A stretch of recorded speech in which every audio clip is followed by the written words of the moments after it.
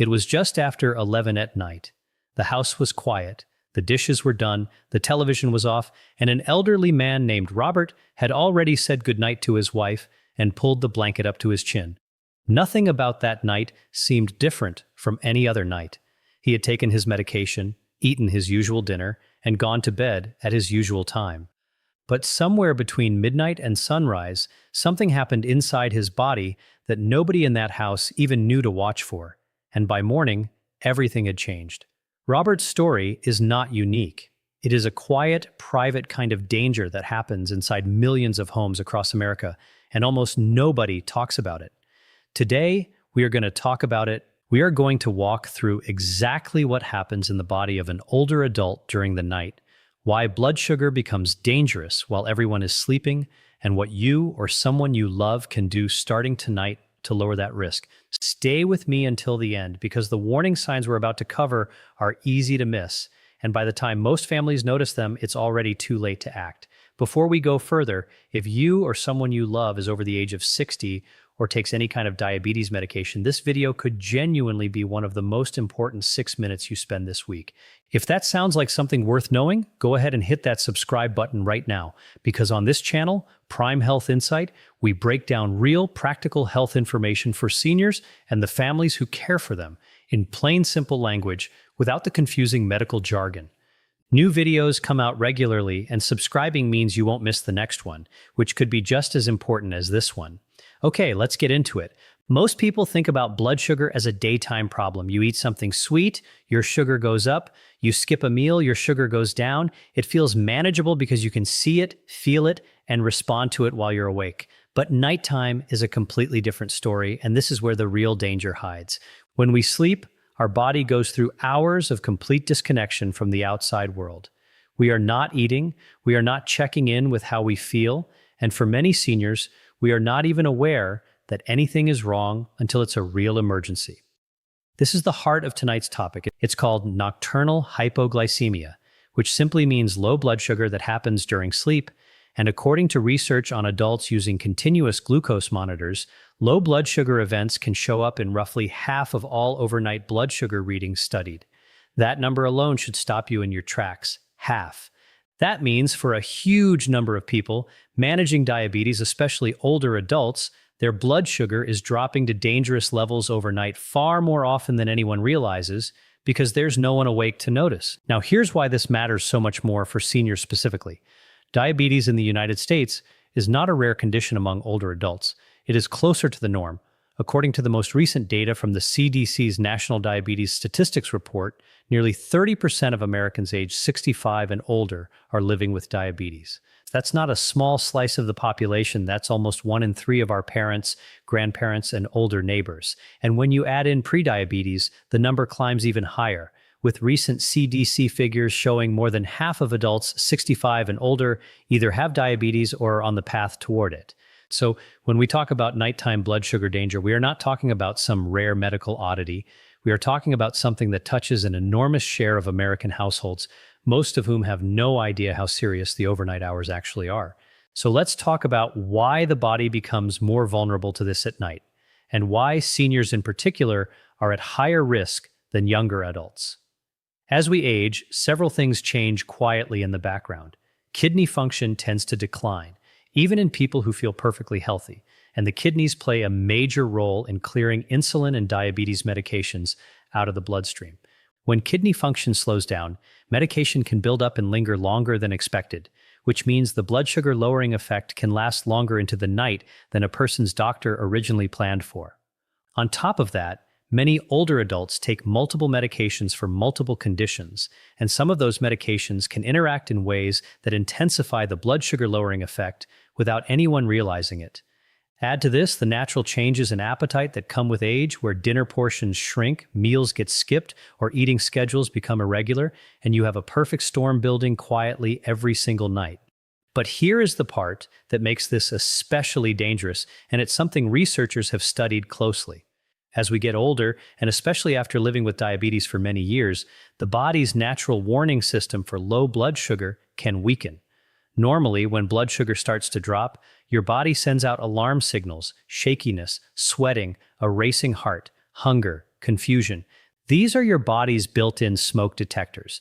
But in a condition called hypoglycemia unawareness, which becomes more common the longer someone has lived with diabetes and the older they get, those alarm bells get quieter and quieter until, in some cases, they barely ring at all. Studies looking at older adults with long-standing diabetes have found that a large share of severe low blood sugar events happen in people who never felt the classic warning symptoms at all. Now imagine that same weakened alarm system, but the person is also asleep. There is no one to feel the shakiness because they're unconscious to the world in a completely normal, peaceful sleep. There is no one to notice the sweating because it's happening under blankets in the dark. This is exactly why nighttime is when the danger becomes silent, and why medical researchers describe nocturnal hypoglycemia as one of the most underdiagnosed and underrecognized events in diabetes care, frequently missed not just by patients, but by their caregivers and even their doctors. Let's talk about what actually happens inside the body when blood sugar drops too low during sleep, because understanding this is what will help you recognize the warning signs before they become a full emergency. When glucose levels fall below a safe range, the brain is the first organ to feel it, because unlike most of the body, the brain relies almost entirely on glucose for fuel. As sugar drops, brain function starts to slow down. This can show up as confusion, disorientation, unusual behavior, or in the case of someone sleeping, restless movement, sweating through the sheets, nightmares, or being unusually difficult to wake up in the morning. If blood sugar continues to fall without anyone intervening, the body moves into a more severe stage. Seizures can occur, loss of consciousness can occur, and in the most severe and least understood cases, doctors have documented sudden cardiac events during profound and prolonged low blood sugar, believed to be linked to changes in heart rhythm caused by the stress hormones and chemical imbalances the body releases while desperately trying to raise glucose levels on its own. This is part of why some medical literature refers to unexplained overnight deaths in people with diabetes as a recognized, if still not fully understood, phenomenon. It is rare in the grand scheme of things, but when you consider how many seniors are living with diabetes and how often nighttime low blood sugar goes completely undetected, rare starts to feel a lot closer to home than most families realize. There's another layer to this that most people never hear about, and it has to do with how the body reacts when it senses low blood sugar, even during sleep. When glucose starts to drop, the body doesn't just sit there and let it happen. It fights back by releasing stress hormones like adrenaline and cortisol, trying to force the liver to dump stored sugar back into the bloodstream. This is actually a good thing when it works properly. It's the body's built-in safety net. But in older adults, especially those who have lived with diabetes for many years, this safety net can become less reliable, releasing too little too late, or in some cases barely responding at all. And here's the part that matters for tonight's discussion. This entire stress response places real strain on the heart. The heart rate increases, blood pressure can spike, and for someone who may already have some level of underlying heart disease, which is extremely common in older adults with long-standing diabetes, this added strain during a moment when the brain itself is also struggling from lack of fuel creates a genuinely vulnerable window. This is part of why doctors and researchers pay such close attention to what happens physiologically during severe hypoglycemia, particularly in older populations where heart disease and diabetes so frequently exist side by side. It's also worth mentioning how easy it is for this entire pattern to go completely unnoticed for months, sometimes even years. Picture an older adult living independently, someone who feels generally fine, who doesn't complain of anything unusual, and who shows up to their regular doctor's appointments seemingly in decent health. Their morning blood sugar readings might look completely normal, maybe even a little high, which, as we mentioned earlier, can actually be the body's rebound response after an overnight low. Their doctor sees a normal or slightly elevated number and has no reason to suspect anything happened overnight. The patient doesn't remember anything unusual because they were asleep the entire time. And so this pattern can repeat night after night, completely invisible to everyone involved, until eventually the dose isn't adjusted, the risk isn't caught, and the pattern continues. This is exactly why medical researchers describe nighttime low blood sugar as significantly underdiagnosed in older adults. Not because doctors aren't paying attention, but because the entire event happens in a blind spot that standard daytime testing simply cannot see. Now, I want to pause here and be very clear about something because this channel is about giving you real, useful information, not about creating fear for the sake of clicks. Not every senior with diabetes is in danger every single night. Not every low blood sugar event leads to something catastrophic. Most nights, for most people, the body handles small dips just fine on its own. But the risk is real enough and common enough that doctors and diabetes researchers consistently point to overnight hours as the single most overlooked window in diabetes management. The goal of this video is not to scare you, it's to make sure you know exactly what to watch for, so that if it ever happens in your home, you catch it early instead of after the fact. So let's talk about the warning signs, the ones that are easy to miss if you don't know what you're looking for. If you share a bed or a home with an older adult managing diabetes, here is what to pay attention to. Waking up drenched in sweat, even though the room isn't warm. Sheets that are damp in the morning without explanation. Nightmares that seem unusually vivid or disturbing, since low blood sugar can trigger them.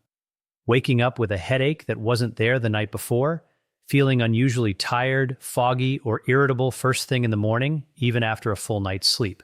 Morning blood sugar readings that are surprisingly high, which sounds backwards, but can actually be a sign that the body swung low overnight and then overcorrected with a rebound spike, something doctors sometimes call the Somogyi effect. And the most serious sign of all, difficulty waking someone up, or finding them confused, disoriented, or unresponsive when you try. If you ever encounter that last one, that is not a wait-and-see moment. That requires immediate medical attention right away, no hesitation. Now let's talk about what actually causes these dangerous nighttime drops, because once you understand the causes, you can start addressing them directly. The most common cause is medication timing and dosage, particularly with insulin or certain oral diabetes medications, when the dose was set based on daytime activity levels or dinner portions that have since changed. If an older adult starts eating smaller dinners as their appetite naturally decreases with age, but their medication dose stays exactly the same as it was years ago, that mismatch alone can be enough to send blood sugar too low while they sleep. Another major cause is exercise or physical activity earlier in the day, particularly afternoon activity, because the body continues processing that energy expenditure for hours afterward, sometimes well into the night.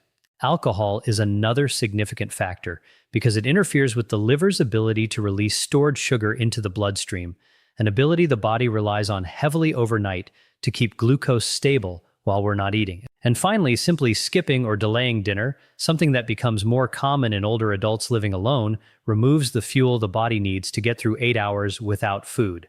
So now let's talk about what you can actually do about this, starting tonight, because information without action doesn't protect anyone. The first and most important step is testing blood sugar before bed every single night without exception for anyone on insulin or other blood sugar lowering medication. This single habit is one of the most protective things a person can do because it gives you a real number instead of a guess. Many doctors recommend a bedtime target range, though this should always be confirmed with your own physician since it varies based on individual health, medications, and other conditions. If a bedtime reading comes back low or borderline low, a small snack that combines protein and complex carbohydrates, something like a few crackers with peanut butter or a small glass of milk, can help stabilize levels through the night far better than sugar alone, which spikes and drops quickly. The second step is talking to a doctor about continuous glucose monitoring, often called CGM. These are small wearable sensors that track blood sugar automatically all day and all night, and many models can be set to sound an alarm if levels start dropping dangerously low while someone sleeps. For families who are worried about a loved one living alone, this technology has become significantly more accessible in recent years, and many can even send alerts directly to a family member's phone in another room or another city. This is genuinely one of the biggest advances in overnight diabetes safety in the last decade, and if you have an older parent managing diabetes, this is worth bringing up at their very next doctor's appointment. The third step is reviewing medications regularly with a doctor, not just once, but as part of an ongoing conversation, especially as appetite, weight, activity level, and kidney function naturally shift with age. A dose that was correct 5 years ago may not be the right dose today. This is not something to adjust on your own, but it is absolutely something to raise proactively rather than waiting for a problem to force the conversation. The fourth step, and this one is often overlooked, is making sure a fast-acting source of sugar is always within arm's reach of the bed. Glucose tablets, a small juice box, or hard candy on the nightstand can make the difference between someone catching a low blood sugar episode early while they're still alert enough to treat it themselves versus not catching it at all. For households where hypoglycemia unawareness has already been diagnosed, doctors may also recommend having a glucagon emergency kit in the home, along with making sure a spouse, adult child, or caregiver knows exactly how and when to use it. There's one more risk connected to all of this that families rarely think about, and that's the connection between nighttime blood sugar drops and falls. Many older adults already wake up once or twice during the night to use the bathroom, which is extremely common as we age. Now add low blood sugar into that equation. A person gets out of bed already a little unsteady, already dealing with some dizziness or weakness from dropping glucose in a dark room, often without their glasses on, walking across an unfamiliar path to the bathroom. This combination is exactly why researchers who study hypoglycemia in older adults point to nighttime low blood sugar as a real contributing factor in falls. And falls in older adults are already one of the leading causes of serious injury and hospitalization in this age group. So this isn't just about the blood sugar number on a meter, it's about everything that number touches, balance, clarity of thought, and physical safety, all happening at the exact time of day when there's the least supervision and the least light. And the fifth step is simply awareness within the household. If you live with or regularly check in on an older parent or loved one with diabetes, a brief conversation about these warning signs, the sweating, the confusion, the difficulty waking up, could genuinely be one of the most protective conversations you have with them all year. Awareness costs nothing, and it is the single biggest reason so many of these overnight events go unnoticed for as long as they do. Now, if this video has been useful to you so far, I want to ask you for two quick things, because they genuinely help this channel keep making videos like this one. First, drop a comment below and let us know, do you or someone in your family check blood sugar before bed? Or is this something you're going to start doing after watching this? I read through the comments regularly, and honestly, some of the most helpful tips on this channel have come directly from viewers sharing what's worked for their own families. So don't be shy. Share your experience down there. And second, if you know someone, a parent, a grandparent, a neighbor, a friend who is managing diabetes, please consider sharing this video with them directly. Not everyone sees these videos on their own, and a simple share from someone they trust could be the reason they start checking their blood sugar before bed tonight instead of next month. One last practical point before we wrap up, and this one is especially for anyone watching this who is a caregiver rather than the person with diabetes themselves. If you're caring for a parent or spouse and you don't live in the same house, or you can't physically check on them every night, don't assume there's nothing you can do. A quick phone or video check-in around bedtime just to confirm they've eaten dinner and taken their evening medication as prescribed can catch a lot of the small mismatches that lead to overnight problems, things like a skipped meal or a dose taken at the wrong time. Many pharmacies also offer medication review services, sometimes free, where a pharmacist will sit down and go through every medication someone is taking to check for timing conflicts or dosing concerns. And this is a resource that's often underused simply because families don't know it exists. If distance or timing makes nightly check-ins difficult, this is exactly where a connected glucose monitor becomes so valuable, because it essentially puts a caring, watchful presence in the room even when you can't physically be there yourself. Let's bring this back to Robert for a moment, because I want to close this out with the full picture of what actually happened that night and why it matters so much for what we just covered. In Robert's case, like so many others, nothing about that evening looked unusual. He had eaten a smaller dinner than normal that week because his appetite had been a little off, but his evening insulin dose stayed exactly the same as it had been for years. His blood sugar likely began dropping slowly after midnight, quietly, without any of the loud warning signs his body used to give him when he was younger. By the time his wife tried to wake him in the morning, there was nothing anyone could do. It's a devastating outcome, but it's also, tragically, a preventable one, and that is the entire reason this video exists. A simple bedtime blood sugar check, a small protein snack, a continuous glucose monitor with an alarm, or even just a conversation about appetite changes with his doctor, any one of these small habits could have changed everything about that night. This is why we made this video, and honestly, this is why this channel exists at all. not to frighten you, but to make sure you have the information before you need it, not after. Because in situations like this, the difference between a scary story and a preventable one often comes down to a handful of simple habits that take less than 5 minutes a day. Before you go, I want to leave you with one more thing to think about, because we're going to be covering it in detail in an upcoming video on this channel. There's a second, lesser-known nighttime pattern that affects blood sugar in older adults, one that has nothing to do with medication or dinner at all, and it happens even in people who are doing everything right. It's related to a natural hormone shift that occurs in the earliest hours of the morning, one that most doctors don't explain clearly to patients, and one that can completely throw off a person's morning blood sugar reading in a way that looks like a mistake but isn't. We're going to break that down fully in a future video, so if tonight's information was useful to you, make sure you're subscribed with notifications turned on, because you will not want to miss that one. Thank you so much for watching all the way to the end. If you found this helpful, do give this video a thumbs up. It genuinely helps more families find this information when they need it most. And remember, this video is for general educational purposes and is not a substitute for medical advice. Every person's health situation is different, and any changes to medication, diet, or diabetes management should always be discussed directly with a qualified doctor before making adjustments. Take care of yourself, take care of the people you love, and we'll see you in the next one right here on Prime Health Insight.